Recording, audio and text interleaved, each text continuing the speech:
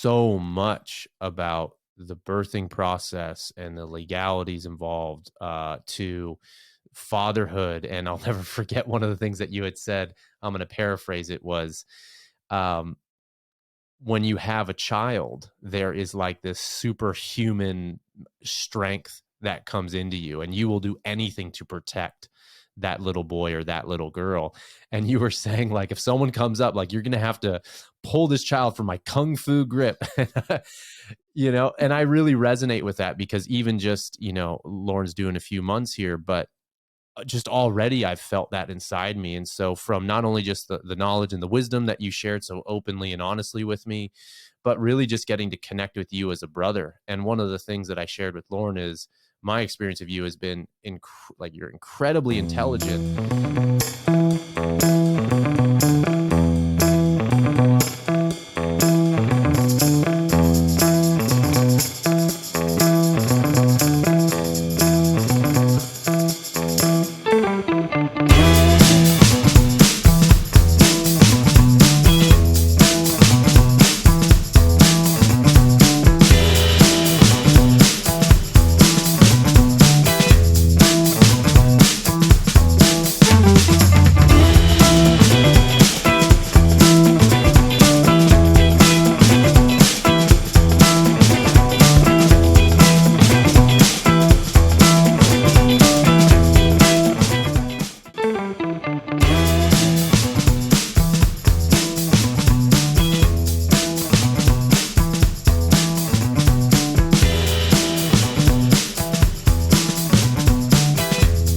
Welcome, guys, to the Holistic OBGYN podcast. It's just great to see you both. We live too far away for us to be so in sync in so many ways. Totally, man. So good to be here and so good to see you. Mike, you and I have gotten to know each other very, very quickly over some really recent experiences. And Lauren, your lovely fiance here, is joining us. I thought it'd be really, really nice to really engage a conversation around the before and after of parenting. So this is going to be a special episode where before the commercial break, we're going to be talking before. And actually, Lauren, how far along are you right now? So just started my third trimester, about 29 weeks and some change. Okay, so things are getting real. Things are real. Yeah. Yeah. Every time we talk about pregnancy, Mike gets this giant smile in his face. And I really love that about both of you. Well, I think in order to provide a little foundation here for people, because there's a lot of pregnancy conversation out there, I don't think that there are two people who have had a baby together that have shown up in the wellness space the way that you guys have. So maybe very briefly introduce, who were you before this whole parenting thing started to transform and transmutate this new identity that you're soon to embody? Wow. Every day Softball it feels questions. like I'm a different person. Totally. It's pretty remarkable, just the speed of growth that's happened since learning I'm pregnant. As a couple, we've been together for almost 3 years. As friends, we've known each other for many years in the holistic health space, predominantly. Both students of Paul CHEK. I know special relationship is that guy, name dropping. And that community really brought us together, including you, Nathan. We met for the first time for Paul's 60th birthday and connected right away. And I remember thinking to myself, I was like, if and when we have babies, like, I need to talk to this guy in much more depth. Just really was inspired by your practice and just your energy and how you seem to really live with your heart open, and also just fiercely intelligent and grounded. And I think that I learn more and more every day how this, especially like the OB, the pregnancy world, needs more of that hybrid approach. So who I was before Mike, before pregnancy, seems like a distant relative of mine now. Again, I was a holistic health coach, still am, holistic chef as well. Really trying to just live my life like I do and how I'm inspired to live, and share that approach with as many people as possible, like really organically. And so, yeah, I'm still a work in progress for sure, but this new journey has just already expanded and transformed and humbled me beyond anything. So I'm yeah, glad that word came up early. Yeah. yeah, that's the word. That's the word of the year for sure. And Renaissance. Yeah. Yeah. Right. What about you, babe? Amazing. Yeah. Mike, Yes. who are you?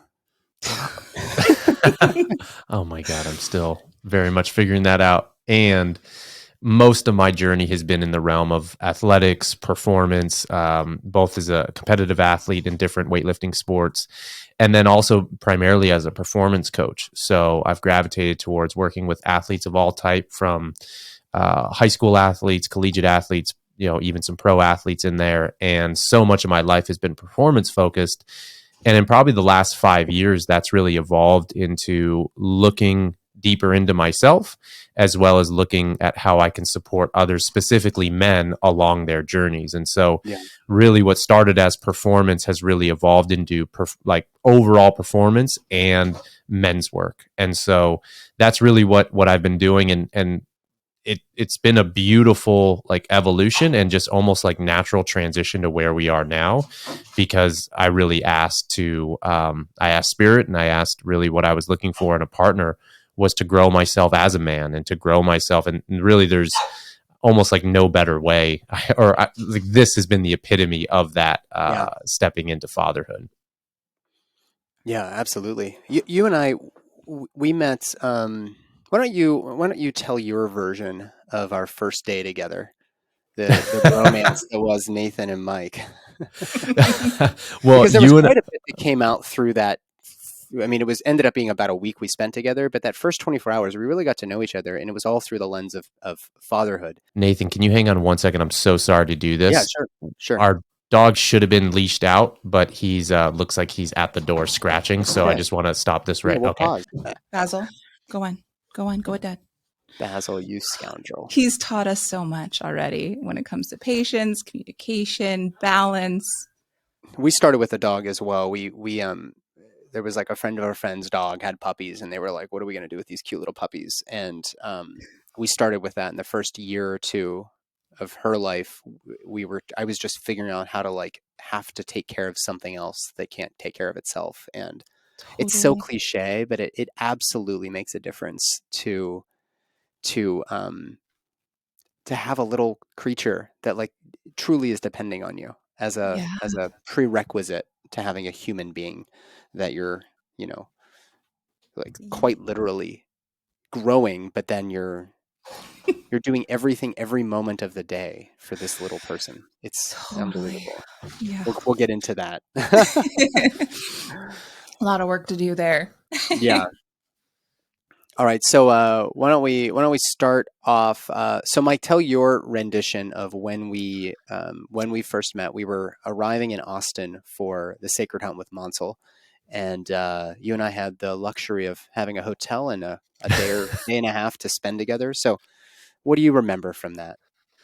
The biggest thing was just how much wisdom that I got to soak up with you. The whole day we were jiving, and I learned so much about the birthing process and the legalities involved to fatherhood. And I'll never forget one of the things that you had said. I'm going to paraphrase it, was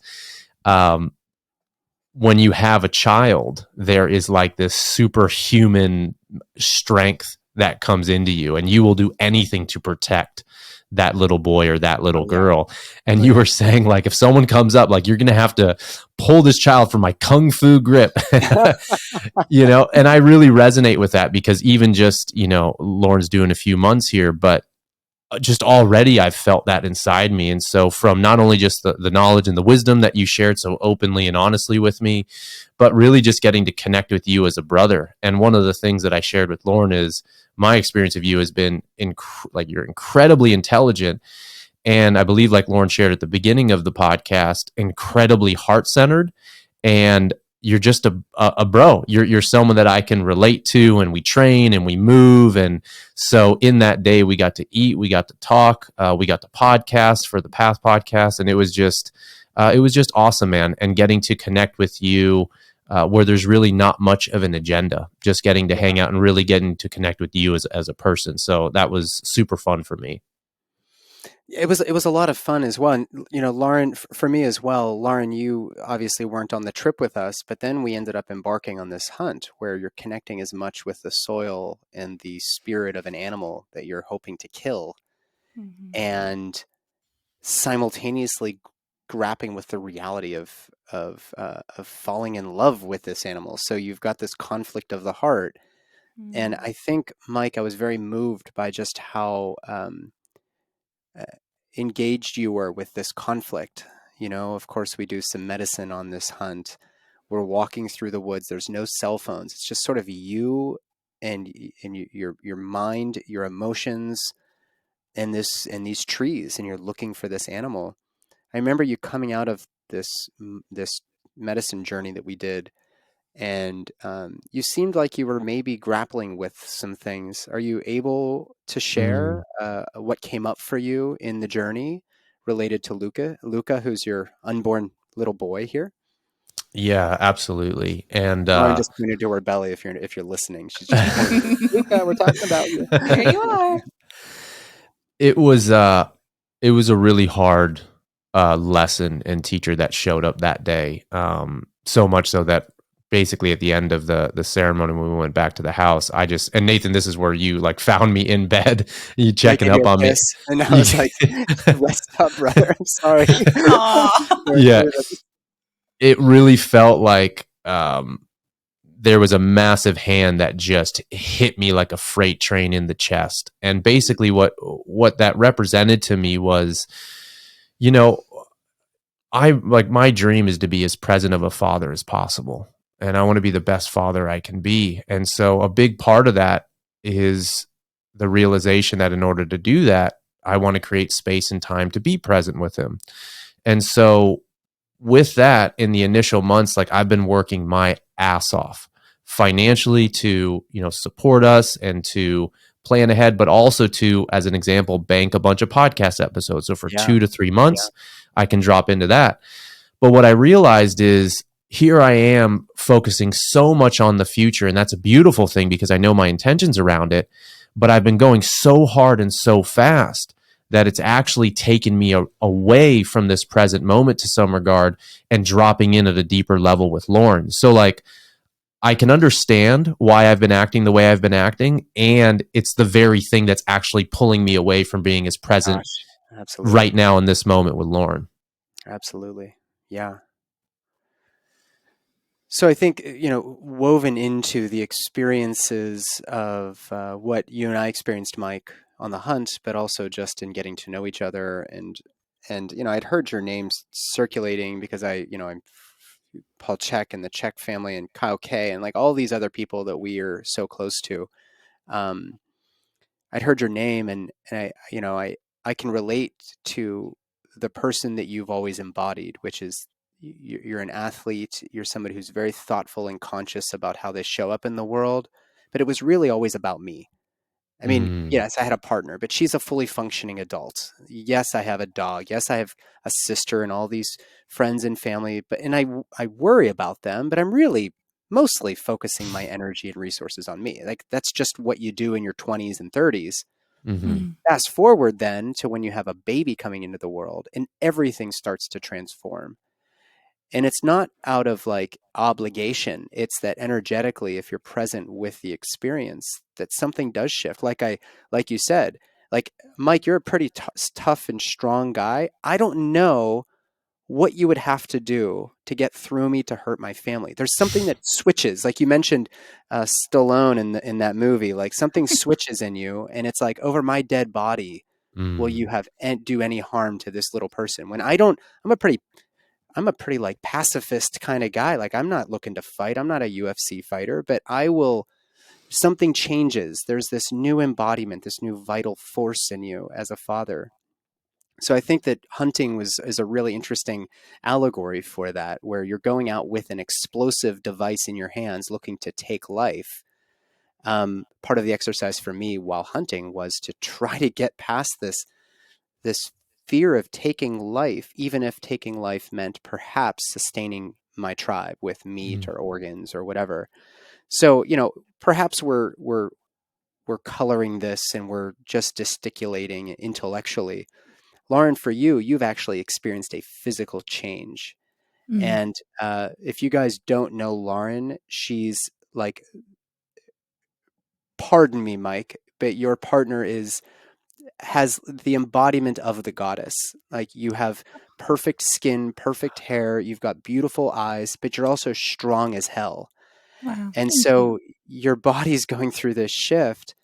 I'm wondering for you if you could talk a little bit about what has it been like to go from, men and women alike, I think, we focus so much on ourselves in the wellness space. We want to have flat stomach. We want to have, you know, um, toned muscles. We want to be able to dictate every moment of every day to make sure that we're showing up the best way.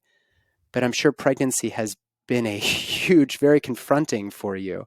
Can you Mm. talk a little bit about the change for you and what this pregnancy has meant, and perhaps what you anticipate about further changes, energetically or otherwise, after birth?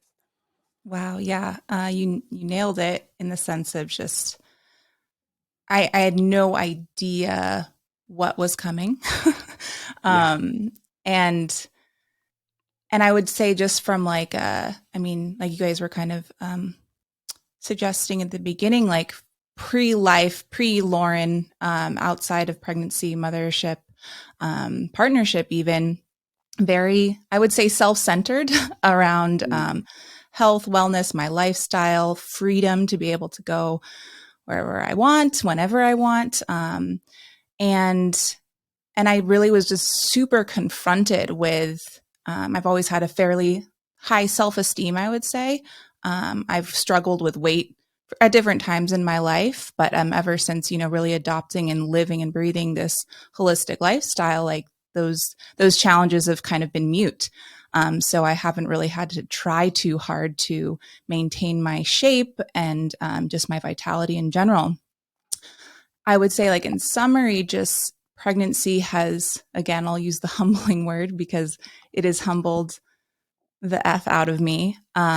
Really had me confront like who I was before. Even looking at pictures of myself 8 months ago, I'm like, oh my God, like I looked pretty damn good. And now I'm just like, wow, okay, like add 30 pounds to that. And just a softening, I think, internally and externally has really been a theme. Um, Mike's shared too, and like what his experience of me is just, and one that I share with myself is that this has been a very intuitive process, and I've really, like, for the first time in my life, kind of Mm. softened into my femininity, just all the versions of myself, the iterations of myself that are possible, and really trying not to be too hard on myself to like get back to that because I'll Yeah. never be that again. And that's challenging for sure because I think the theme of just identity is unavoidable with this process. Yeah. And two, like, not to project too much on my partner, but I mean, we do live this life of like health and somewhat in the spotlight of just like, there's a lot of exposure at times. And I have this beautiful man next to me. It's like, oh, like I want to be that version of myself. And it's like just realizing that this is like a different season. And so, yeah, it Yeah. has been challenging. And I think it's something that not a lot of women talk about. I think almost all of them probably have some version of that, just identity crisis. Yeah. Um, but it's not talked about very much. Like I had no idea even an ounce of the internal struggle and identity stuff that was going to come up. Yeah. Yeah. I oftentimes like to compare it when I'm talking to people in your situation, both men and women, that, if you've ever tried to surf and, you manage to get up on the board, but man, that wave is really fast and it's really steep and suddenly you get tossed off the board. If you struggle to try to find your way up, you end up staying submerged and you almost Mm, like you could drown just by fighting it versus surrendering to the wave and just letting the wave carry you back up and your mm, buoyant self pops above the water. I feel that in some ways, Instagram and social media and really the media in general glamorizes pregnancy in such a way that, not that it shouldn't be glamorized, but the way that it's glamorized is that through some sort of magical thinking, everything's just going to be okay. But that doesn't sit well with most women who are present with their bodies, because they can feel it changing. That person that you were before is not you anymore. And when you pass through the portal, you emerge as a totally new person. And so even the word safety around pregnancy, like, yeah, you're not going to die. But when have we ever sat with medicine, whether it's combo, mushrooms, DMT, whatever, and you say, this is totally safe? It might be safe because you're not going to die. But if you're going to be transforming in any way, there's nothing that feels safe about transforming, which is, I think, why we sometimes, many people struggle with changing bad habits and this and that. It's an identity that we've held on to. And now you are being forced over the crest of the roller coaster. And so are you, Mike. And being rebranded, so to speak. You're emerging anew. And so in some ways, Lauren, thank goodness that old Lauren is gone, because I can't wait to see the new Lauren that's going to emerge. And just everything that you guys together have achieved in life. Imagine this little boy has like the best parents in the world. They're so healthy. They're so thoughtful. They're so determined to show up in the best way they can. That wouldn't be possible if you didn't go through the fire. And so here we are. Here we are. Pre-fire, fire. Pre-fire, fire. Yeah, yeah. So let me ask you this. As you guys are starting to imagine, I'll ask you something I ask all of my clients. I've got 2 home births coming up. And one important question that my wife had to ask me that I struggled with was,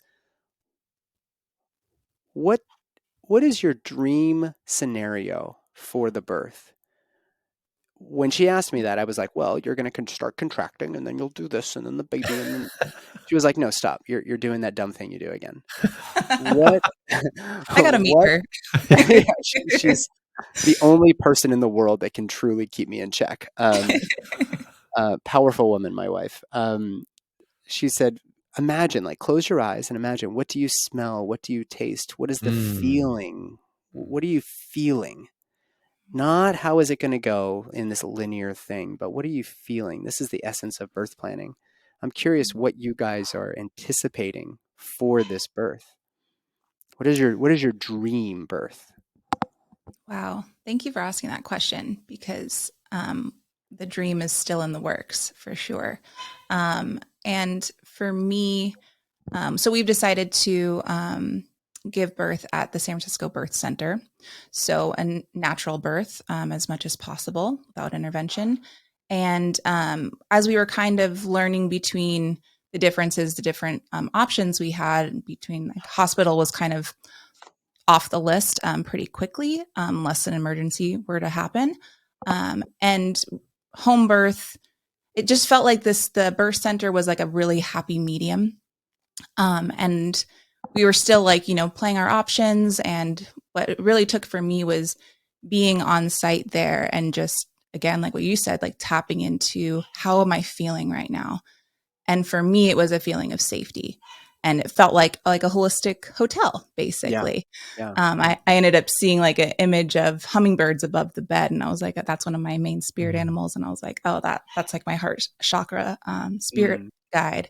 I was like, that's a good sign, And and the total opposite, visceral feeling in a hospital setting. Like, I feel guarded. I feel tense. I feel interrogated. It just wasn't a safe environment for me, outside of like the lights and the sounds and the people and just the communication styles, all that. So when I think about how I really want to feel in that moment, man, it's tough, but I feel like just safety first and foremost. I personally only want my partner and the midwife present. And if we have a good connection with a good doula, then I'm open to that as well. But very intimate, very safe, very intuitive. The water element really comes up big time for me. And they have a beautiful birthing tub there and a shower. Sounds the lovely. Lighting. Yeah. So bringing in all of the holistic modalities that I think we bring into our everyday life, aromatherapy, and I'm going to bring my own candles, battery operated. We're working on a playlist too. So I'm a very sensory person. So I want to bring as much of that, those allies to the experience as possible. What about you, Mike? Well, it's evolved, I think, since me and you had our conversation, because originally, and this is our first child, so I don't know, I have no idea exactly what I'm getting myself into, but at first I had this vision of like coming in with the drum and like having the sage, and then when I heard your experience, going to battle. To share my experience with Lauren. Yeah. Oh my gosh. Oh, so with all that, I've toned it down quite a bit. Thank you, Nathan, for whatever guidance you suggested. And with that, I don't know. I have two parts of my vision that have come through. One is kind of standing close, but giving space to Lauren to go through her process. And as much as possible, being connected with my breath and just being solid.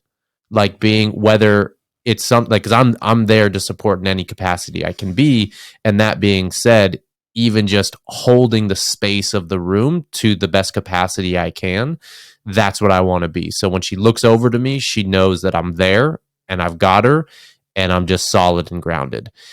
And then I see that vision where we're actually apart at certain points. But then I also have had the vision of me being right there with her. And there's the only thing that I can somewhat compare it to is, we've done multiple ceremonies together, and oftentimes towards the end of the ceremony or whatever, we'll get to come off our mats and sit next to each other. And there is just this palpable connection of not only do we have each other's back, but just this, it's hard to describe in words, but just this incredible connection and heart opening experience. So I see myself with her at certain points going through it. And then I have this vision of Luca on me and also on her. And that being in its own way, a similar feeling to like a medicine experience, but in a completely different light. And so that heart open, that connection, and also with at certain points, that separation and just being a solid person that she can look to and know that I'm fully with her and here in any capacity that I can be. Yeah. That's beautiful. Yeah, that is lovely. I think that's a huge theme for us, like in partnership and in life. And I think this is just the next crescendo to that, but truly living like life is ceremony. And we've gone to the depths with each other, next to each other, for each other. And I really feel like this is like the initiation into that next level ceremony. And, that's not all sunshine and rainbows all the time. And at the same time, like, I feel like that afterglow of, post work, post, maybe some mild integration and sharing and stuff. Just the depth of connection I've felt with him after ceremony. I can only imagine like what that's going to be like when we have our baby between us. Oh yeah. Yeah. God, everything about a newborn baby is intoxicating. If it's your baby. So I've been obviously to a lot of births, and the whole process kind of smells like there's fluids everywhere and this and that. But when you have your own baby, it's like, oh, I just want to be like covered in it. There's something really beautiful about it. I love that. And as you were saying that, our second baby came at home, and she was on my wife's chest immediately after the portal opened. The portal closes, baby's on her chest asleep, and I'm laying there. We were doing this type of breath work, which I should introduce you to my friend Sarah Charmoli, if I haven't yet. And this type of somatic breath work, like many types of breath work, you get this like cramping of your hands. Everything gets tense. And so we didn't expect the baby to come so quickly. So we're in the middle of the breath, and I reached, and she's like, honey, the baby's coming. And I'm like coming back from outer space and trying to get in my body, and tried to catch the baby with my little claw hand. And of course I couldn't do anything. And the baby's on her chest, and I'm like rubbing the baby's head with Everly's head with my little claw. And I remember, there's goo and there's a little bit of blood. There's blood, but childbirth is more than like the bleeding. It's the vernix, which is this creamy stuff on their face and their body. And sometimes there's a little bit of early poop that comes out, but the amniotic fluid has a distinct smell. But all of it produces this intoxicating kind of it kind of transports you into like this sacred space where just you two and your baby are there on the bed, and this little wet baby is just wriggling around trying to find the breast. Like, it's a really magical moment. So the way that even the way you described that, Mike, brought me right back there. And I just remembered like wanting to just nuzzle into baby Everly's hair and her neck. And I'm very, very excited about that for you. It's a really lovely moment to just savor together, to really, really indulge in the fact that you just transformed in a way that you may never do again until you die. So I'm really excited for you. Given that you guys are both very, very sort of in the wellness space, you guys have probably tried every supplement or been introduced to every supplement out there. Lauren, you being a chef, Mike, you enjoying her culinary exploits, and both of you, I know you're both very conscious about your meals and your movement practices. What have you found, whether it's supplements, prenatal vitamins, maybe specific movement practices, that somebody listening who's a step behind you here, that they might have on their radar as something to help prepare for this journey? Do you want to take movement and I'll take food? For me, I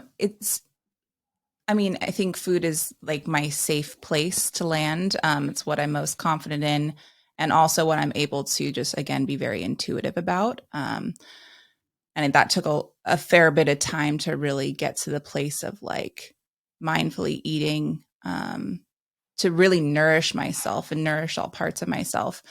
And for the pregnancy journey, it's been really interesting to build upon my existing knowledge and more specialize it to like really what my body needs right now.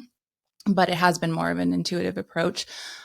Personally, like, I've kind of been plant-based paleo, I would say, like, so not heavy on the red meats and all that for much of my life. But now I'm much more like animal-based, I'd say. So raw dairy, organs, red meat. Since meeting this guy, I've been like, my protein profile has expanded drastically, trust me. And that was the first month of dating. He was strict carnivore. So I had to get creative with all these different, all these different beautiful offerings of nature, and to just get out of like, anything that's rigid of like, these are the 3 things I eat, and, just get creative. I think that's always the best approach, especially with food, is to listen to your body, have fun with it, and not just get down all these rabbit holes of right and wrong and guilt and shame and all that.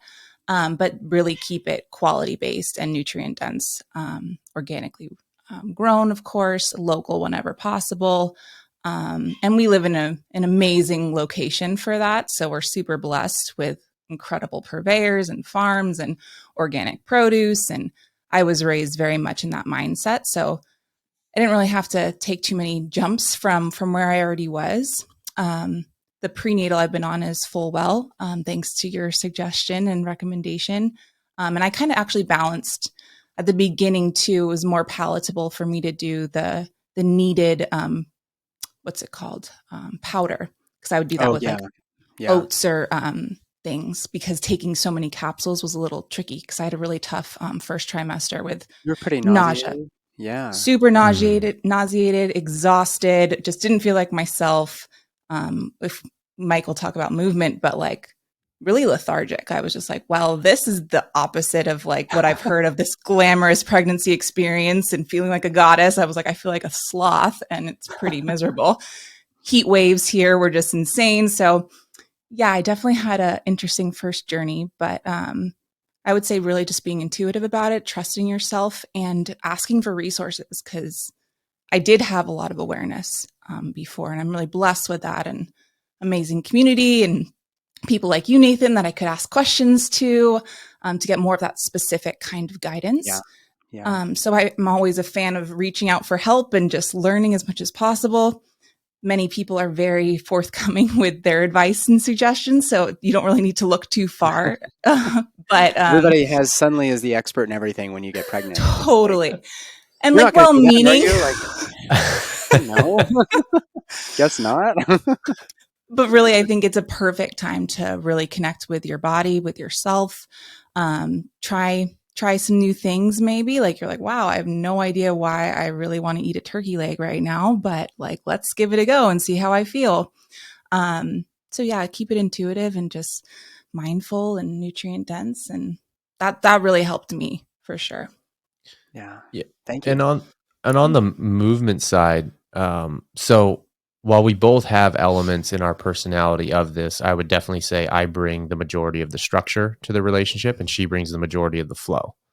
She obviously has structure, and vice versa. Dude, but like masculine and feminine, you just described it perfectly. Yeah, I love that about you. The mountain with a and the few river. clashes in between. What's that? With a few clashes in between. For sure, for sure. And with that, and with just my background being just focusing so much on movement coaching and structure and programming and periodization, all that sort of stuff, like I can go crazy on that side. And this has been such an exercise for me to not necessarily let go of that, but to trust her that because she's a mover too. I mean, she's a black belt in a specific type of karate. She's done my programs before. We've always been really active. So she came into this very healthy, a very good mover already.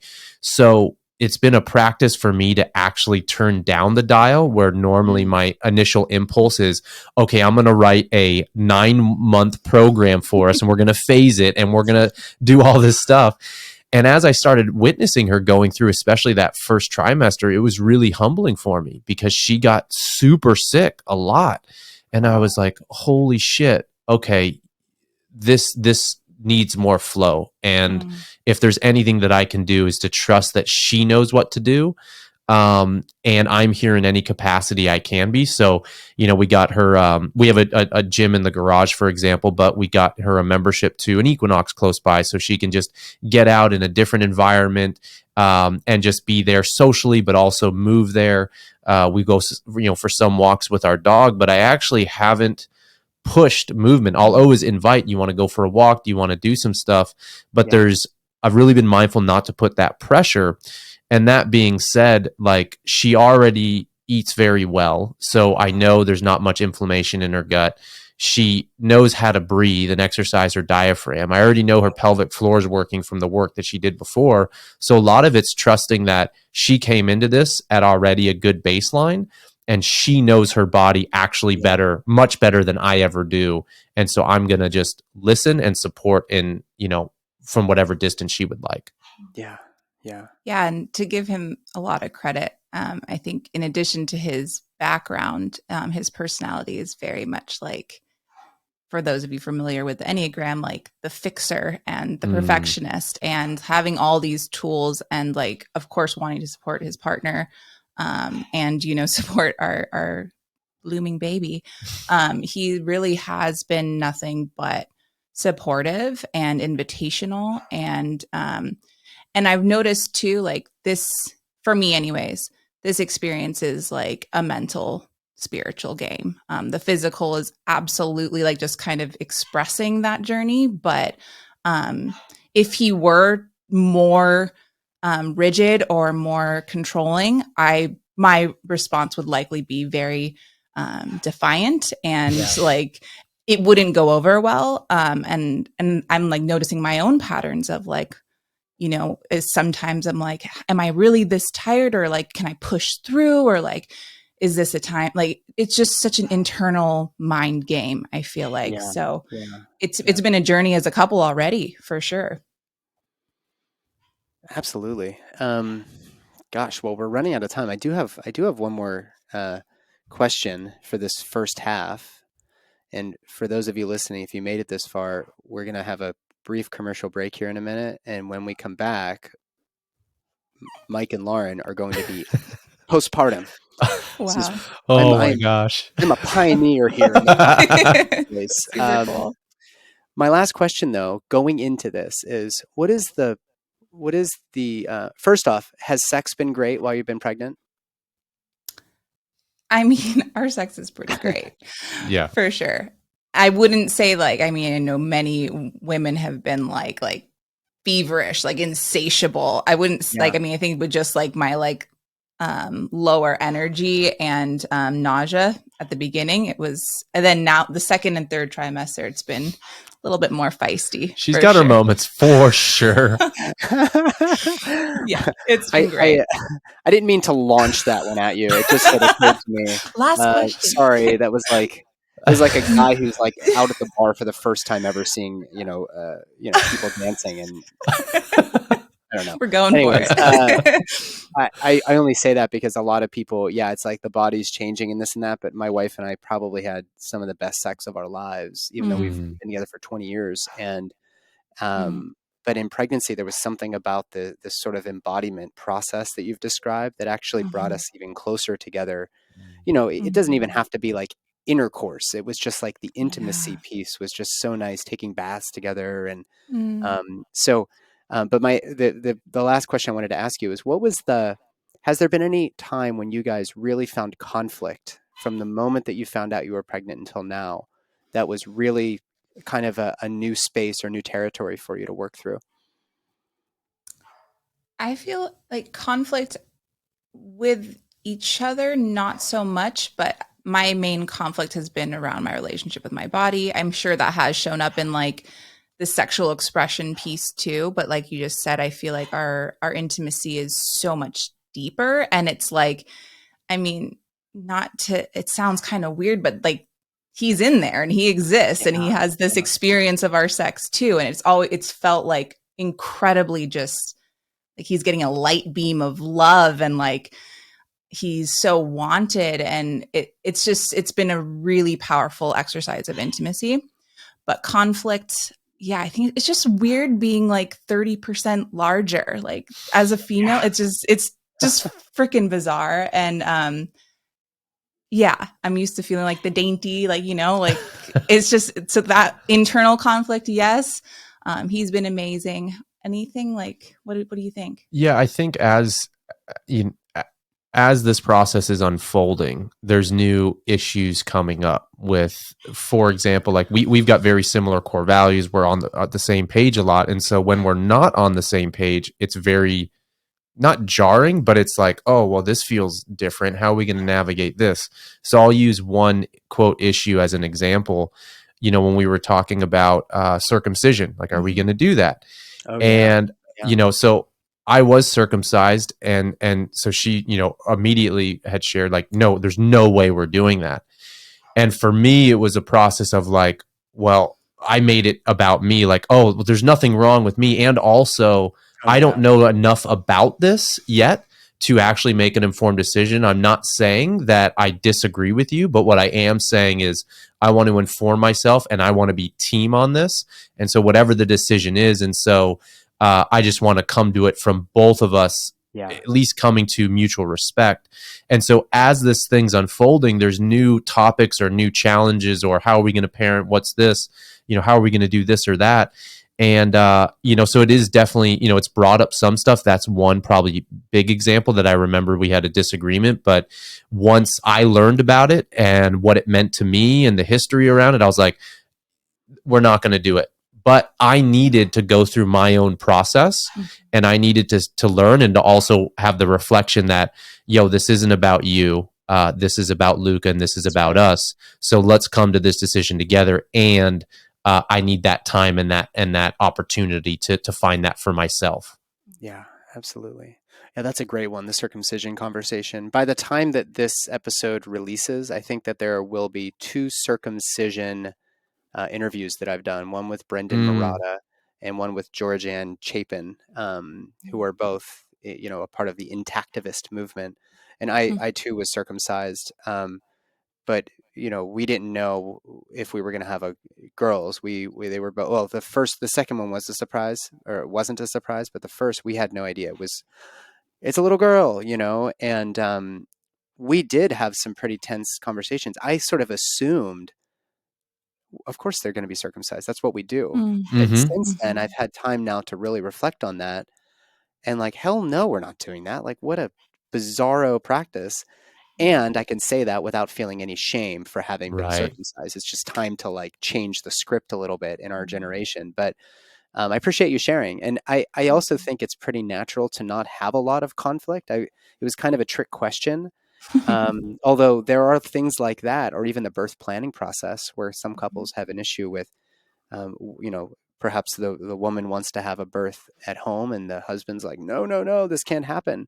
Sure. And working through that at this such a pivotal time is sometimes extra tricky. So I appreciate you sharing. I'm also glad you guys haven't had a ton of actual conflict. Well, we're going to be right back with you, and we'll be talking. Maybe we'll get Luca on the mic and let him spit some fire.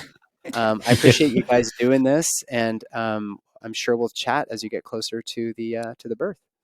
This is awesome. Right on. Thank you, brother. Thank you so much, Nathan. My pleasure.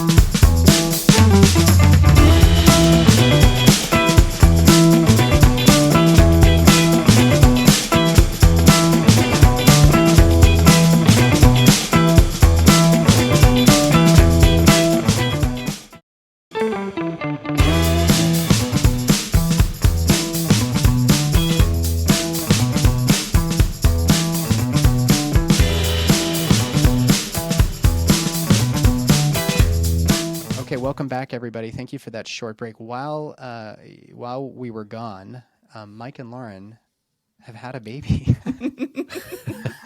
Person speaking like a little bit. Yeah, it's like magic. Suddenly there's a baby here. This is a pretty unique podcast because I asked Mike and Lauren to record, the first half of this, and now we've had a baby. How far out, guys, now are we? And how does it feel to be parents? Oh my gosh.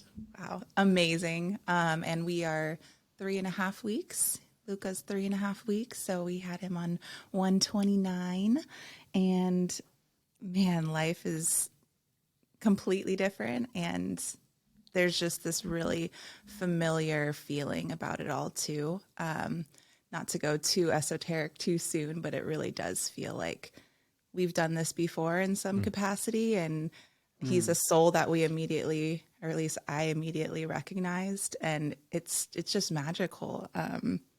We have so much to go into of how we got here. But now that he's here, it's just like, to me, to sum it up, it's just absolute presence. And this is the only place I want to be. And I just look into his eyes and stare at him all day. And we're doing amazing. Time has flown by. We've both really just been super present for the experience. And it's just been a wild ride. But actually, he's a very Zen baby. Like, I don't know if that's surprising or not, but he's doing his part, as we say. He's just given us all the things that, he's pretty easy to work with so far. So we'll see. But we're doing really good. What about you, babe?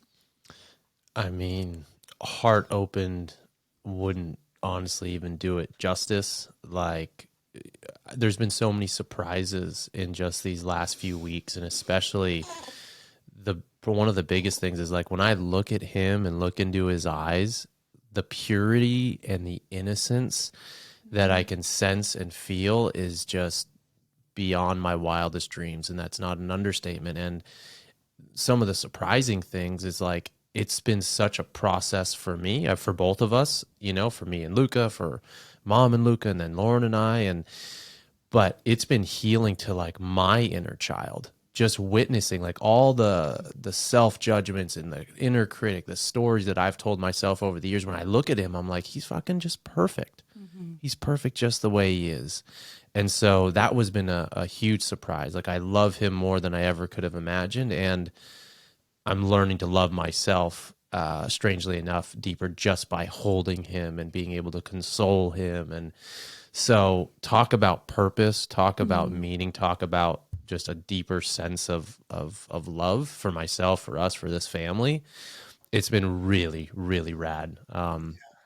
Yeah, very special.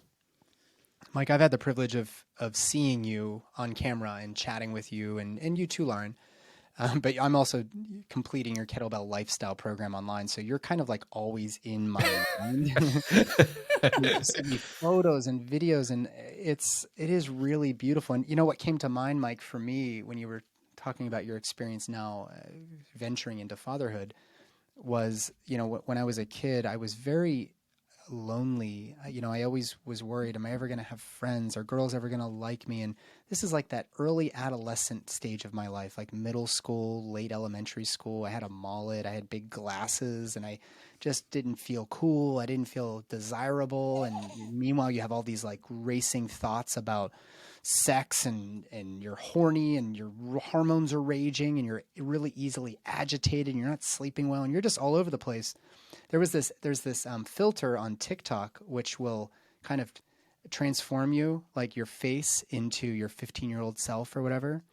Oh, wow. And Wow. yeah, and I've seen people who are doing this, and some of the messages that have come through in their TikTok videos are like, "Gosh, I missed that little face," and it brings up that idea, that this sort of exercise of what would you say to your younger self.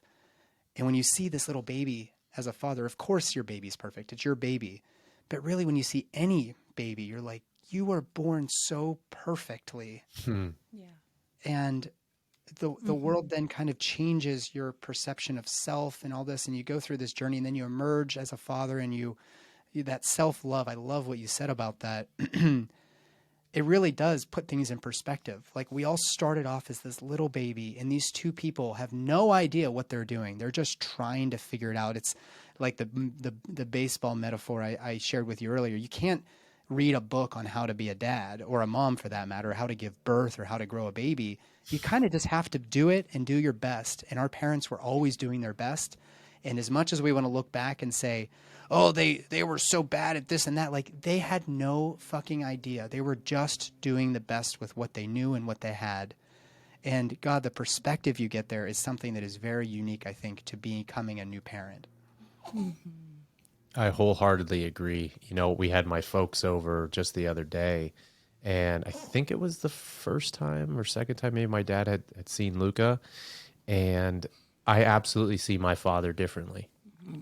Absolutely. Like, biggest thing is just more compassion and just humbleness. I think I've been, as harsh of a critic I am on myself, I've been a pretty harsh critic on him. And I've got a lot more compassion for him and understanding. I'm like, wow, I get it at a visceral level. I get it. And I get that I don't get it. And so there's just a lot more love and respect for him.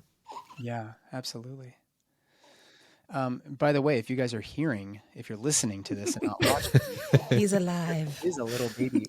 What is Luca's full name in all its glory? Oh, we love it. It's Luca Valentino Salemi.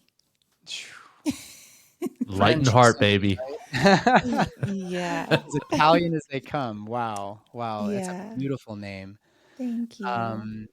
Would you guys mind sharing a little bit about your actual birth? Because I know it was a little bit of a roller coaster, especially in the beginning. So whatever you feel called to share, please. I just want to kind of know what it was like for you, and maybe not even just the like linear thing, but also how you guys were feeling, what emotions were coming up whenever stuff started getting going.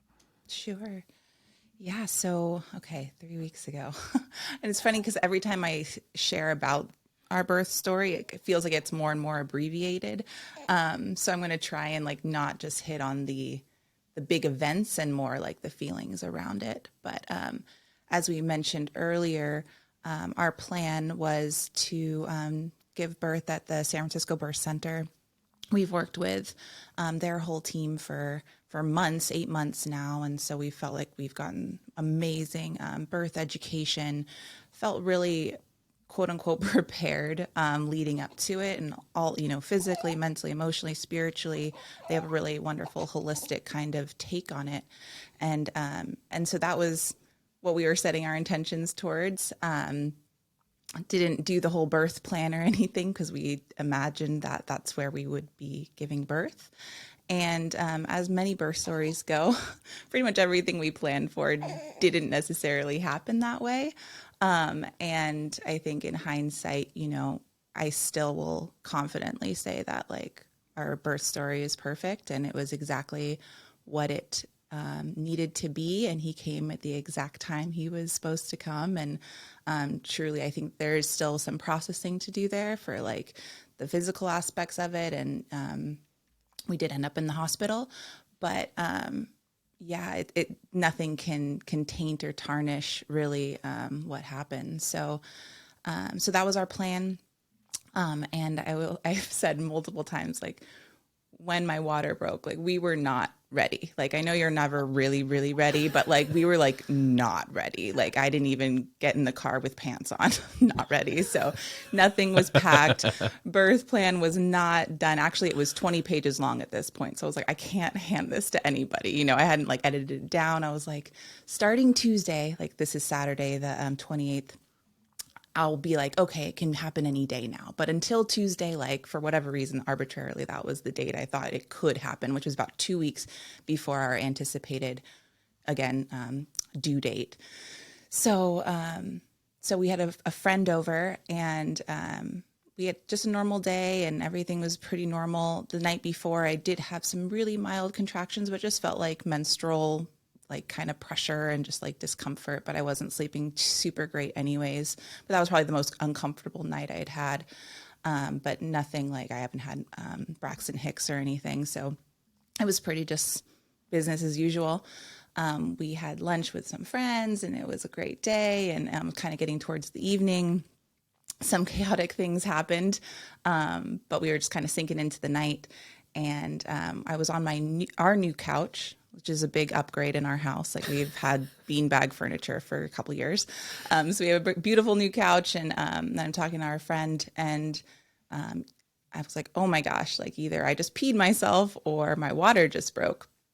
So I like jump up, get off the couch and I immediately look down and to our surprise, there was a lot of blood in the amniotic fluid. So kind of really like right out the gates, like our trajectory, our plan was just like, oh, this is how this is going to go, and to be honest, like it was quite scary just to visually see that and to be so caught off guard. I wouldn't say I was in shock, like where I was like paralyzed or in freeze mode. I was more in like, okay, like what makes the most productive, practical sense right now, kind of taking it step by step.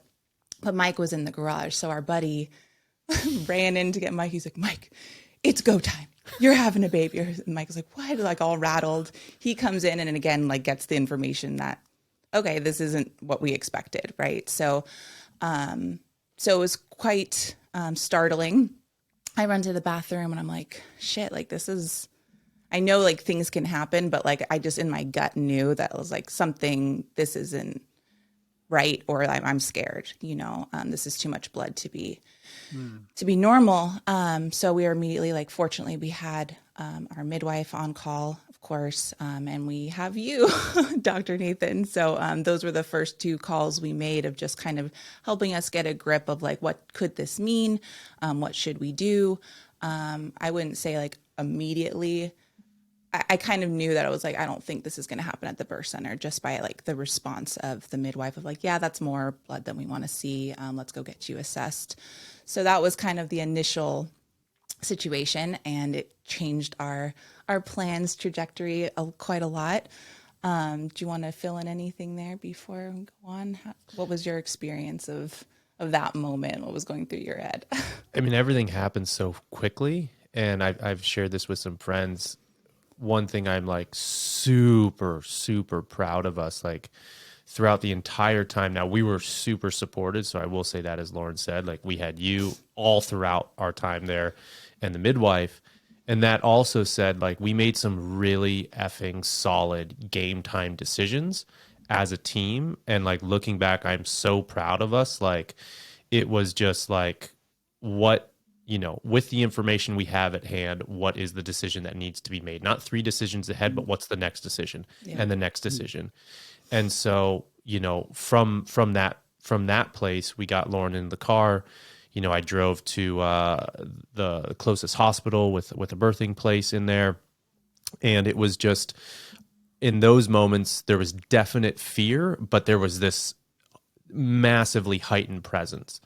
Like maybe the most present I've ever been in my life. So there was definite fear, but there wasn't getting lost in the fear. There was, okay, how is Lauren doing, and is Luca okay? And that was really, as we were driving, that was the scariest thing, was, you know, how is he doing? Because I know, and please, you know, fill in this, you know, anything on this aspect, but, you know, he's a mover. Like he was moving for 9 months, moving like a maniac in there. And so, and he would move normally during certain hours of the day, but in that moment when she had checked in, like there wasn't much movement. And so we were both concerned. And so our biggest thing was like, get to the hospital, get him connected so that they could, you know, check his heartbeat. But it was really scary. It was really scary. And like, but when I look back at that, I'm just like, wow, we really came together and made some very solid decisions as a unit. Yeah. Yeah. And then, so from there, we did go to a close hospital about 15 minutes away. So there was about 15 to 20 minutes. Like we didn't do anything like packing. We just like got in the car and went. So again, underprepared in terms of the physical things, but we showed up, and to give credit to the birth team there, with the support of, you know, our midwife, you, Dr. Nathan, and ourselves, and like the teamwork that we brought to that space. It was a wonderful experience, actually. There was a lot of complications that kind of we'll talk about, but how we were welcomed there, it felt really like I felt more safe than I expected to. And really like right away, like when they got Luca on the fetal monitor, his heart rate was like perfect. So like just knowing that, having that exhale of he's okay, you know, like, and kind of second, like I'm okay too, but like most importantly, like whatever's going on, like it's like not even batting an eye in there. So that was obviously a huge relief. And then I don't really remember how it played out, but unanimously it was kind of like, yeah, this is going to happen here, as opposed to like transferring back to the birth center. Like they weren't equipped for that type of scenario. They were measuring how much blood I was losing, etc. But we kind of like sunk into like, this is where this is happening. How can we make this the most, you know, us that we can, the most ceremonial, the most intentional, done together too. It was just Mike, myself, and then our midwife kind of she absolutely stood in as our doula for the experience. So the midwife we had already had an existing relationship with, stayed with us the whole time at the hospital, was a huge advocate just for like the physical support and the coaching support. I was like, oh. And it was funny because we didn't actually go the route of hiring a doula. Like we were definitely open to that, and it just we never found that connection. And I didn't do my due diligence to really, like, we weren't super active on getting one, since we felt so well supported at the birth center with the midwife team.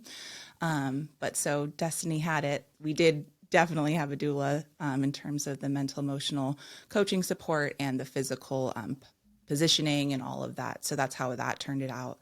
But it was just the 3 of us and then the whole medical team at the hospital. So yeah, we sunk in there, and Mike and I didn't even have like contractions either. They were like, "Oh, did you feel that?" And I was like, "No." Like, am I in labor? You know, but what basically like what's happening? Because yeah, things were progressing, but like we were just kind of hanging out. We're like, maybe I should write my birth plan now, you know, like try and get some, like, because that was the only time I really felt like I needed one, was like if transfer was in the cards, then like I wanted to be equipped with those things off the bat. And had some great advice too from you, from the midwife team, of just like not having that be like an adversarial conversation or like a demand conversation, just really like with like using language to communicate clearly like what our preferences are, but to not have it be like off the bat, like this is how it's going to go. And, you know, we really like kind of danced through how to communicate with those medical professionals and also feel seen and heard and respected in our preferences, because we had quite a few. And it was nice to find out too, like a lot of them, just kind of like some easy examples, you know, of like not bathing the baby, like cutting the cord. Couple other ones where they're like, that's actually like in our standard practice too. They were already like really minimal on their like vaginal exams and all those things. So so that was nice to just be like, okay, like this isn't going to be a battle. You know, there might be some times where we're going to have to be a little bit more stern or just, you know, make those hard calls, but it wasn't like we were working against each other. That's not how it felt to me. But it was really solid, like who we had on our team to really communicate those things. So yeah, then contractions started picking up about, so they did examine me once, like when I got there or some time shortly after. And I was right when you got there. Yeah. And I was only 1 centimeter dilated. And then they didn't monitor me or check me again until like basically an hour before I started to push. So contractions started kicking in about midnight. My water broke at 6:15, so about 6 hours of just pretty mild, but like dealing with all like, okay, all the other decisions we're making and needing to make and stuff. I was set up with IVs in both arms, which made the whole experience quite uncomfortable, like in terms of when it started to come time to like really breathe and move through those contractions. I was pretty much bound to like the bed, which was pretty much my one fear, but it was something that I really wanted to avoid. And why I didn't want to deliver in the hospital was because I didn't want to feel like I was strapped down or bound in any way or like, you know, limited to move. So that was challenging. And also with the fetal monitors, my whole stomach had 3 straps and beeps. And I had that like hospital IV thing. I couldn't even go to the bathroom without like tracking that along, and I'm bleeding everywhere. So it wasn't like the most. Yeah, it's just, yeah, it's like, cool. It was like a trauma scene, you know, like this is sexy. But so yeah, the night progressed. It was, and Mike did an amazing job at like, he rushed home, got us some of our ceremony stuff, like the drum and the rebozo and just some hydration packs and like all the things that we had planned on bringing just to make the setting more comfortable. And then I just remember, and he got me an eye mask, which I requested. And from the time he got back and had that eye mask, like I was blindfolded the whole time until even after Luca was like in my arms. I was like, that was my kind of like cue to just really go inward and to like really get the focus that I needed. Because from there on out, it was like a psychedelic ceremony, as we kind of talked about before. It was fully like, I don't know what's happening around me, but like, I know what I need to do in this moment. And it was really just connecting with my body, absolutely connecting with my breath, like the breath and the rhythm of, once I kind of was like, oh, this is a contraction. This is like kind of how the waves go. And this is how the surge feels like. And then, you know, moving forward, it got more and more intense, but it was really just the ability to go in and to know, you know, like if Mike was holding my hand or if the doula was, you know, putting pressure on my hips, or they were working together as a team amazingly, and all those things. But like I was in the dark inside myself for the rest of the evening. So it's a journey. Yeah. Mike, anything you want to add? Maybe that, you know, because we don't have nobody has a lot of control, you know, including Lauren. But for you, seeing somebody who's in distress and they're carrying your baby, and you love this person, you also love this baby before you've even met him, and now you're racing down the highway. I suspect you were pretty anxious, might be the word, but don't let me, you know, put words in your mouth. What were you feeling this whole time? You know, obviously they've checked the baby's heart rate, everything's good. How were you feeling up until that point? Honestly, I was angry. angry, and I may have briefly shared this with you, but when we were driving, when it was all going down before we found out that Luca was okay, I was like really angry with myself. And the feeling was like in my life, I really pride myself on preparation, preparation for training, preparation for whatever, preparation for a ceremony, like the due diligence that I do before to ready like my mental state, like all that stuff. That's just how I've prided living my life for a long time. And what it felt like was I wasn't ready. Like I wasn't as ready as I wanted to be. And that was like a really tough thing to grapple with because I was like, fuck, man. Like, you know, whether it was the birth, like all these things, I was like, I had set these things in my head, like I was going to, like, I'm horrible with directions, like colors and directions are just not my thing. Oh yeah, he yelped the midwife's number as opposed to calling our on calls. He was like, Oh, yeah. "Our phones are both almost dead before we get in the car," and I was like, "No, no, no." So I'm like trying to log into my maternity thing and like get the number. Anyway, side note, Yeah. directions. And I told myself, like, even to the birth center, to a hospital, like I was going to memorize the route there without even needing to look at Google Maps. Like I just wanted to feel just like these check marks in my head. Yeah. And as I was driving, I was like, man, motherfucker, like you should have been more prepared for this. And it was a battle of like being with myself and you know, trying to exercise some compassion, but also deep down just being really upset and angry. Yeah. And that didn't start going away until I knew he was okay. And that even like even just right now, like internally, like I feel shaky saying that because it's just bringing up, you know, stuff inside. But yeah, anger was the thing that was really coming up towards myself heading to the hospital. Well, I spoke with you guys from the moment that you had your waters opened up. There was some blood in the waters. It looked like a lot because it was on the floor, and it only takes a couple drops of blood to turn a whole, gallon of water red. So it's oftentimes very hard to determine it. What exactly is going on? How emergent is this? And when I spoke to you, Mike, I got to give you credit, man. You did not sound like that.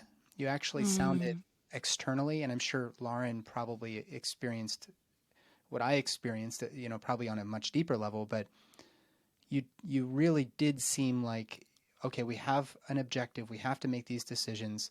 Give me some information. I gave you probably too much information, but you were like, okay, on it. We're going to do that. And then the next time I spoke with you, it was just as calm and collected. So from a friend to a friend, I didn't sense any of that anger. I didn't sense any of the frustration or anxiety.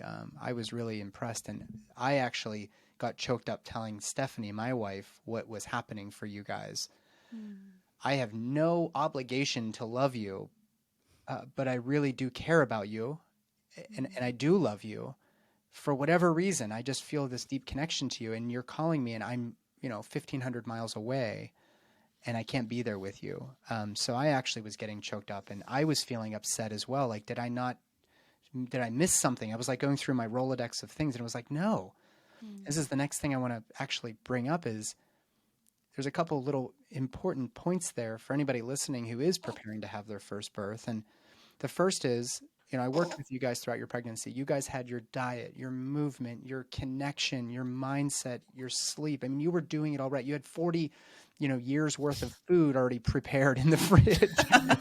It's gone. Yeah. Well, you're very hungry when you're breastfeeding. So despite all of that preparation, there is still a part of this that is out of our control. And that's actually a part of the ceremony that you're describing is, oh, you thought you were ready? How about this one? It's like a little cosmic giggle. Like, let's just throw this one in the mix, Totally. So that's the first thing is no matter how prepared you are, sometimes these things happen. And so being staunch and firm about how your birth is going to go is almost already setting a person up for being sort of disillusioned by the process. And I think you guys have, Lauren, I love the language you use. You kind of danced through it because there's not a set way that this is going to happen. You really can't plan for everything. And I thought you guys as a unit, looking as a third party bystander, I thought you guys really communicated well. And so I want to give you kudos for that. So a lot of preparation. Still, there are things that are unpredictable. Yeah. The second thing is shout out to your hospital. What was the hospital again? It was Kaiser. Oh, it was Kaiser. Yeah, And Kaiser Redwood University. City, Redwood Redwood City, City. oh, California. goodness. Yeah. Yeah. Shout Yeah. out to Kaiser. Yeah. You know, a lot of people think I'm all like down with the hospitals and this and that. There's good reason to have hospitals, Yeah. and they can also be a little bit more compassionate and sensitive to how important this event is. It sounds like you had a team that really did their best to meet you where you're at. And so shout out to the hospitals and the care teams out there that are still doing really, really great work in the hospital. I really mean that from the bottom of my heart.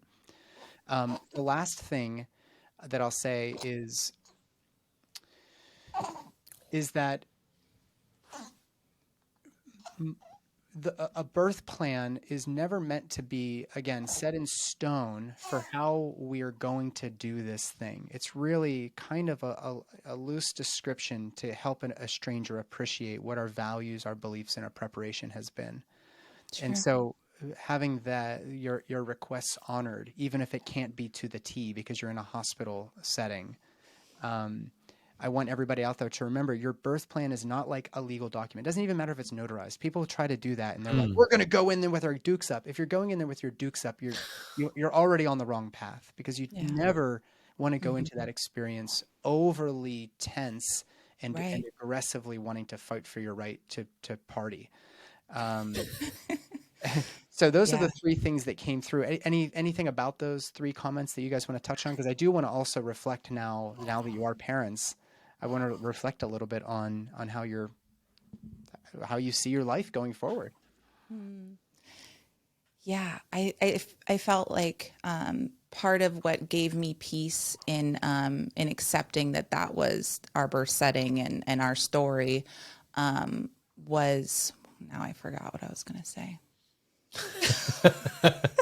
Mommy brain is real. Jody Paluski, a PhD in neuroscience, came on and we talked all about mommy brain. So people. Oh my God. Yeah, no, just what gave me peace in that setting was in my heart, like I was like, oh, this is where I need to be. Like this is in this experience, like where I just felt like I needed to be in the hospital after all that information that I had and the bleeding and stuff. I was like, okay, how can we make this the best situation possible? And I really do feel like we did that. And so like in hindsight, it's like, there's no regrets. There's no anger inflicted on myself or anybody. It's like, that's where our story was. And it's beautiful. And I'm not going to let anything like ruin that, because it wasn't quote unquote what I wanted, or like what I, like you said before, like felt I needed to be in control over, because that was out the window, So, and two, I think really resonates how you said not going into that setting, if that is in people's story, if really like your state of how you are in your heart and in your body and like that tension, I felt like the sooner I was able to release that fear and that shock and that tension, the faster like the birth tended to progress, and like the more trust I had in myself and in the scenario and in the setting. So I think just that awareness of, it's all connected, and any way that we can really soften ourselves and open on all those energetic aspects, I think really played to my favor for sure. Yeah, you don't get the birth that you need. You get the birth, or you don't get the birth that you want. You end up getting the birth that you need. There is a lot of meaning, I think, in birth. And I don't mean to go out and find what did this mean? Why did this thing happen? Why did you? And by the way, for those listening, the bleeding inside that was mixed into the amniotic fluid was most likely a sign of a small abruption, which is when the placenta separates from the wall of the uterus a little prematurely, and you get bleeding from that kind of open wound there. That can taint the amniotic fluid. It can also cause a very rapid labor, and it can lead to significant distress in the baby. So you guys were, that was the concern I had, is like, I want you guys to go straight to the hospital. Call the midwife center and tell them you're going there. If everything's fine and everything's peachy keen, maybe you'll go home and you can have a birth center birth, but go there, because the midwives are going to tell you to do that anyways. It is sometimes a true emergency. Other times it's just like that's a scary, startling thing, because how often do we get to see a blood? I mean, we don't really ever see it in real life. So again, props to you guys. Mike, did you want to add something there? Yeah, what's coming up is, when you were on my podcast, you had shared something that really rang true for me, both in my ears, but also through the experience was in the, while Lauren was going through the whole thing, when we were at the hospital, there was a switch that I observed. Maybe not even observed, but yeah, observed, but felt like in the space. And it was so reminiscent, like to a T, of plant medicine ceremonies. Oh yeah. Like when she was on all fours, she was able to maneuver herself and get in that position and moving, and the sounds. And, I actually brought like a small altar. So I put an altar. We had a ceremony playlist. She was blindfolded. The sounds and just the energy of what she was going through was exact in a different way. For sure. Obviously, it's unique in its own way, for sure. But it was so reminiscent, and I'm so glad and grateful that we've had those reps underneath us, and we've sat many times in ceremony together. And for example, like I've served her combo, and so to witness someone that you love, and you said this earlier too, like to witness someone that you love in distress, and there's really nothing that you can do other than just holding space and then being there as an attentive helper. That I was so grateful for that, because I knew this is, even though I'm there 100% in any way, shape, form, capacity I can be, to hold the space, to hold the container, that was my job, was to, like, I don't want to say I was, not aggressive is not the right word. I was very assertive in terms of protecting the space, protecting her, protecting the space, advocating for us, talking to you, and just really being there in any capacity I could be. And again, just trusting that this is our process, and it was meant to happen exactly as it did, because it did. Yeah. And I think I've been, even since then, questions have come up like, why did he come in this way? It's like, when I look at him and how freaking beautiful he is and amazing as he is, I was like, he came exactly when he did, the way he did, because if he came any other way, he wouldn't be the exact Luca that I know and love right now. Yeah. So it was really a special experience. And I do, just to call back to that eye mask, that was huge, between the lights turning on and off and people coming in the room. Like, she was able to stay in this groove. And I really do believe that, like, because it was 12 hours between when we first got there, when the water broke, and then when the baby came. And I really do feel like that helped her stay in that process. And we've talked about that. And then the only other thing that I'll add was catching the baby was the best experience of my life. And catching him and then putting him right on her chest. And then right when I put him on her chest, I went right to the right side of the hospital bed, and I crouched down, and he opened his eyes right there. And that was the first thing that he saw. And that was just, woo, that was so special. And then they wanted to cut the cord. And I don't even know if this is true. I don't even, you would have to tell me, but my sister-in-law gave me this advice that I tried and it worked. And they wanted to cut the cord right away, or pretty quick. And so I asked the OB, who was right there, and I was like, doctor, like, this would mean a lot to us for our spiritual reasons and our religious reasons if I could pray over the cord before you cut it. And she's like, sure. Okay. It's gonna take So about 90 minutes, but I huddled or stood over Lauren in prayer position for 10 minutes. And I didn't even know what I was saying. I was just, I love you, I love you, I love you. And was just there until the doctor's like, okay, we really need to cut this cord now and we need to get this placenta. I was like, okay, great. So that was a really special moment for me and for us, because again, going back to like my intention to hold the space and protect the space, that's really what that moment meant to me. It was beautiful, man. Yeah.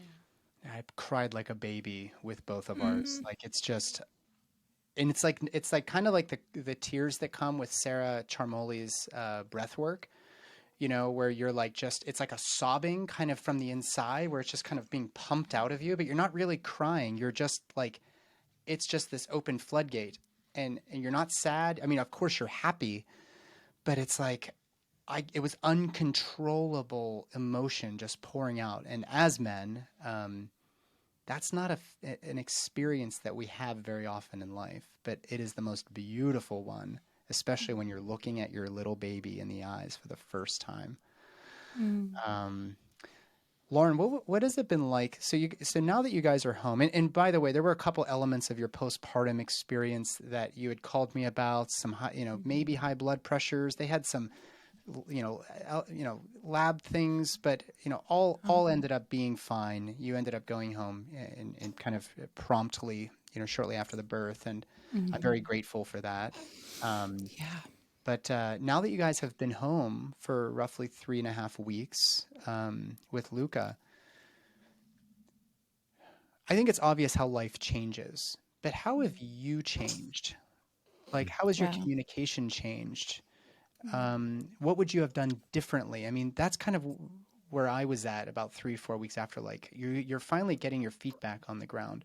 How are you reflecting on life going forward, your relationship together, and maybe how the whole experience went, and maybe what you would have done differently if you guys do decide to have another child? That's a Yeah. big question, but Lauren, why don't you take a stab?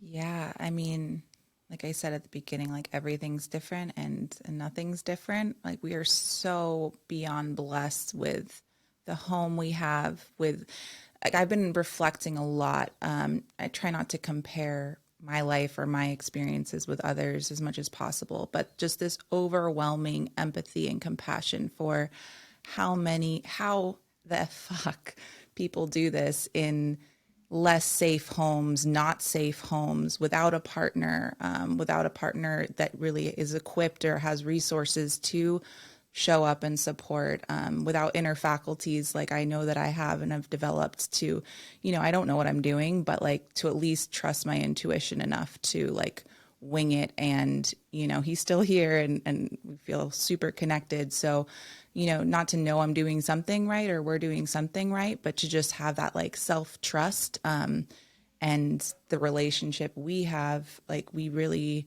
I think this has been the first huge test to like just how we work as a team. Yeah. And so, I mean, some of it's been like a sadness for just my imagination going wild of all the different scenarios that happen every day, out in the world. And so I think that there's some, I'll start with the quote unquote negative emotions, but there's been some guilt there of just like we've been showered with support from friends and family. It's been overwhelming, honestly, even just to keep up with the correspondence of people checking in. And I think I have my own expectations of myself to like getting back to people and just like thanking them and then even returning the favors, and not really having the bandwidth just because I'm so present with him to kind of like do what I would normally do. But so that's been really big of just like, wow, like we are so blessed. How the hell do people do this? Like with anything less? And really just like an overwhelming gratitude for the partner that I have, the husband I have. Like he wants to be here. And I know a lot of fathers want to be there. I mean, like wanting to be there is hopefully kind of a given, but to really structure life in a way where, and I think this happened years ago, Mike started setting up his life to be present, maybe not with the, with this in mind, but like he is really able to be here for us. And I think at the beginning there was some fears about being alone. I wouldn't say I had like postpartum depression by any means, fortunately yet, but just kind of that like, oh, like I'm responsible for this little being that I love more than anything, and to just be able to have Mike to, fill in and to just be there, presence. Like he'll be working in the corner of the room and we're in bed, and nursing and stuff. So just to really not feel alone and to feel truly supported has been the best gift of my life, of our life. And there's been reflection on like, I'm so glad we're like, this was the perfect time for us individually and as a family to bring this soul into life. And I think that, Luca knew that, like our higher selves knew that, and he came in just right. So there's been that. It's just the best ever. Like, I really do feel like, Mike said at the beginning, like purpose changes, and that's easy to say. It's kind of cliche, but truly, like, I just want to be present with my son and with our family. And the pace, I think I mentioned at the beginning of the episode too, the pace of my life is like down, like slowed down to like almost a halt, you know, but like at that like reduction of speed is just like, I got to look into his eyes for 20 minutes straight. Like that's been a really cool reflection of, I think eye gazing is kind of hip now and stuff. And when you do like intimacy work and stuff, it's like you realize how challenging it can be to hold eye contact with someone, even someone you love, you know, sometimes even more so. Like we were to eye gaze, like we've practiced that and it's still like, okay, a couple minutes and I either want to giggle or I want to turn away. And like with my son, it's like, oh, we can do this forever. And it's like, wow, that's really like the part of me, like Mike was saying, like our own inner child is just reflected back through our children. And it's like, wow, that is a heart explosion in itself. So we do a lot of that, a lot of slowing down. But really like the huge takeaway is just like my gratitude for the family we have co-created, and just Mike's presence for it all. It's such a gift. I think like presence from myself and from him is truly the greatest gift we can give our babies and our kids. Mike, I want to hear from you as well, but I mean, Lauren, gosh, we could just end the show with that. I think that really summarizes this up. And one little sort of language thing I've struggled with over the years is, you know, at one point when I was still working in the hospital system, I was like, no birth is going to be perfect. It's not going to be perfect in the way that you dream it up. I even have a midwife colleague, very well respected, who has people write their dream birth and then they rip it up and throw it in the fire because it's not going to happen. Wow. And I understand, I appreciate the exercise, but what I've actually started to come around to now is even when a birth, perhaps even with a bad outcome, every birth is perfect. It's all in divine timing. And that is a really hard pill to swallow because, and I don't mean to diminish how traumatic and how devastating it might be. Let's even to say to lose a baby. But there is some reason that this happened. It's hard for us in our fear of mortality to come around to that. But fortunately, most babies come. And a lot of people get, you know, they come and they do just fine. But most people get caught up in the details. Your birth was perfect. It was perfectly perfect in the way that it happened. That's just the way it happened. We can't beat ourselves up over, I wish I would have known this. I wish I could have done that. Yes, there's ways that you guys can improve on your communication or whatever. I mean, there's plenty of things to always be working on, especially with number 2. I told Mike, it doesn't get twice as hard. It just becomes more complex. You know, it's with a second. But anyways, I say all of this in order to give anybody permission who's listening to let it go, to not whip yourself. Like, this is hard enough to be new parents. The birth that you had is the birth that you had for a good reason. There's medicine in every experience, even in the best, most natural, unmedicated birth. Sometimes people are like, I wish I would have done this more. Relax. You did it. Yeah. And it was perfect in all of the ways. So thank you for sharing that, Lauren. Mike, did you want to add anything? Well, I'm sure that you've had a very different ride here. Your pelvis did not have to expand to accommodate an 8-pound baby. I mean, there's a reason why men don't have babies. Like, I've just been in awe of, like, this has not been easy on either of us. And I'm blown away at how natural it's been, or like how I've observed it being very natural for Lauren. Like, just you know, we're both sleep deprived, and she's still doing all the heavy lifting, and she still just, you know, I come in the room at night or I'm working, I just see them just smile, or her smiling at Luca and kissing him, and I'm like, man, he's been cluster feeding. You literally, this dude's been freaking sucking on your nipples for every 15 minutes or 30 minutes on the hour for 24 gosh damn hours, and you're still, you know, sweetheart, I love, like, it's just blown me away at what, you know, how she's shown up in this role. And how she's met it with relative grace and ease, and just like, I'm in awe. And and I'm not even doing the heavy lifting, and I'm struggling, you know, from the sleep stuff. But for maybe any man listening, one of the big things we may have discussed this when we were doing the section pre Luca. But one of the things I was really struggling was like finding my role in this. Like, what's my role, especially when he comes and what I've realized, it's just presence. It's just presence, and then helping Lauren in any way I can. I mean, her hands are full, so getting her water, getting her food, like being helpful. And I'm so grateful and blessed that I actually can soothe him. So like I sing to him all the time, ohm to him, and he's able to go from crying to pretty peaceful or asleep. And so if she needs to do something, I'm just like there on deck, like ready for a handoff, and just again protecting the space. So it's like I'm actually maybe not saying doing more than I thought, but like being more than I thought. And there's nowhere I'd rather be. I just started sleeping for a few hours in another room so I get some dedicated sleep, and we're trying that out and it seems to be working. And literally I spring up out of bed, my alarm like at 5 a.m. or 5:30, and I'm just like not quite running, but like basically my heart is running to get back in the room, see them, how are you doing, just to watch him. I'll just like I don't know if she opens her eyes, but like I'm literally like staring at them for 5 minutes and just standing. I'm like, if she opened her eyes right now, this might be a little bit awkward, but there's nowhere I'd rather be. And it's just, yeah. But I don't want to be anywhere else. Like I was sharing with Lauren, like there's a lot to do in terms of work and business. Like there's a lot to do, but there's nowhere to be right now. Yeah. And so it's just finding that groove. Yeah, man. Well, I'm so happy and honored that you guys had me,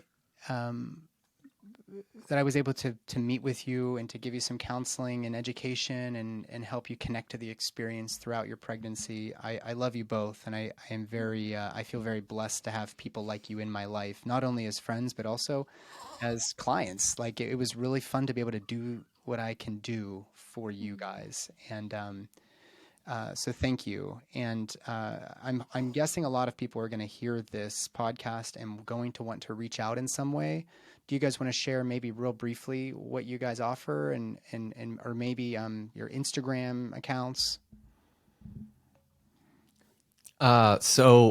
Well, first off, let me just take a pause and just say, dude, thank you so much. Like part of the reason why I think I was able to hold it together so much there and actually be a real asset in the experience was because me and you were talking. I don't even know every hour. It's all a blur now. Yeah. But I was telling you what was happening and you were explaining everything. And like, so I really felt equipped. Like we both felt so supported. So just a massive thank you, because it allowed me to actually just drop into what I think really was my role, which was just holding space and not getting lost in all the medical stuff. Like, what do I really need to be concerned about? What do I not need to be concerned about? What are some options? And so, like, first and foremost, thank you, brother. I mean that. My pleasure. Yeah. And if anyone would like to reach out to me, especially any papas out there or soon to be papas, Instagram's probably the best, which is just my name, Mike.Salemi. Just shoot me a DM, and that would be, I would say, the most way I'll be able to be responsive. So yeah, Instagram would be my go-to. Yeah, and Instagram for me is probably the best as well. It's handle Vital Theory. Lauren Rose is my name. And yeah, Nathan, I mean, we would have done it without you, but I'm so glad we didn't have to do it without you. And really kind of like our hybrid birth story, there were medical aspects and decisions that needed to be made, especially after his birth. And, like you mentioned briefly, there was some infection concern. We kind of got on the like you said, I think, the train of the medicalized birthing system, and I think you just really need to be empowered. Sometimes it's necessary, as I felt like it was in ours, but just empowered to really find your choice in all of those decisions. And once you have feel truly like this, I'm choosing this, or, I have these three options, like this is the direction that feels the best, uncertainty will drive you crazy throughout pregnancy, throughout all of this process, because you can never be sure, but to really just lean on those inner faculties and to have someone like you that can speak both languages, we really did trust, not like you made those choices for us, but you gave us options, like scenarios, information that was then, basically verbatim affirmed through what they were saying, but like you gave us that information at the up front, so we could really make our choices too, and then communicate that to our team instead of other way around. Like this is what's happening, and you're going along for the ride. So yeah, if anyone does find themselves in that situation or someone similar, like to just being really clear on your values as a family too. Because I mean, then it kind of like when you're making choices based on your principles, the details can always come in, but it's like, you don't have to like navigate that, like, oh, you feel that way about that. Like I would suggest people have some really deep heart-centered conversations with their partner around, how do I feel about this scenario and this and that. So all that said, we're so grateful for you speaking both languages, for being a friend, for being, an amazing professional in this setting, and all the things. So yeah, would love to support anyone on their journey, if it's just with questions or, just to know that you're not alone, and there's some amazing resources and practitioners and support out there, to ask for it and to seek it before you're in a potentially, scenario that you didn't anticipate, because I think, like, as we've said, like that's going to happen. It's just like what it looks like, So yeah, reach out, please. And I apologize for stepping in here, but when your Instagram, I could have heard you wrong, but I think you said Lauren Rose, but your Instagram is Vital Theory. Yes, it's Vital Theory. Yeah. Vital Theory. Well, go and find these guys. Go and see. I don't know if you have any baby photos up yet. I don't think you do, but eventually I'm sure Luca will be making an appearance. Yes. This is his media debut. Yeah, his little head. That's right. Pink head. Yeah. Thank you so much, guys, for giving me so much of your time. I love you, and we'll be chatting soon. Love you too. Love you too, Thank brother. you, Nathan. Very much so.